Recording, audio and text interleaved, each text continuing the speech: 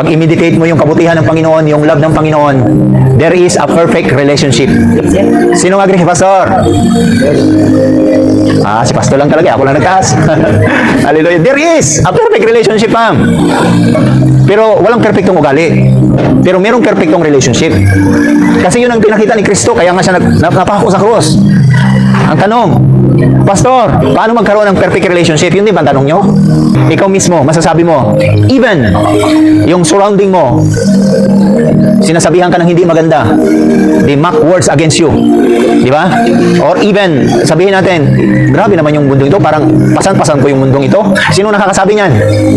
Lahat po tayo may pagkukulang. Tama, mali. Nung kinasal kayo, naging isa kayo, pero may merong pagkakaiba. Tama, mali. Di ba? Pangalan pa lang ibang-iba na eh. Ikaw lalaki, babae, o spelling pa lang.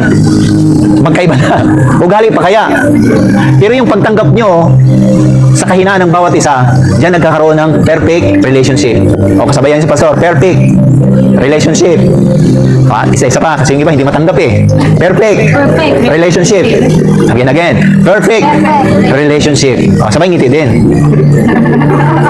Kasi pag sinabi mo perfect relationship, kailangan may kasamang yung tanggap mo talaga, hindi yung ang nagmimeditate sa isip mo, yung mga away nyo. Ang hirap tanggapin, Pastor. Kung alam mo lang, Pastor, kahapon lang. Di ba? Pero mayroong perfect relationship, ma'am. Kasi hindi po aksidente na pinag-isa tayo ng Panginoon, lalo sa may mga may asawa.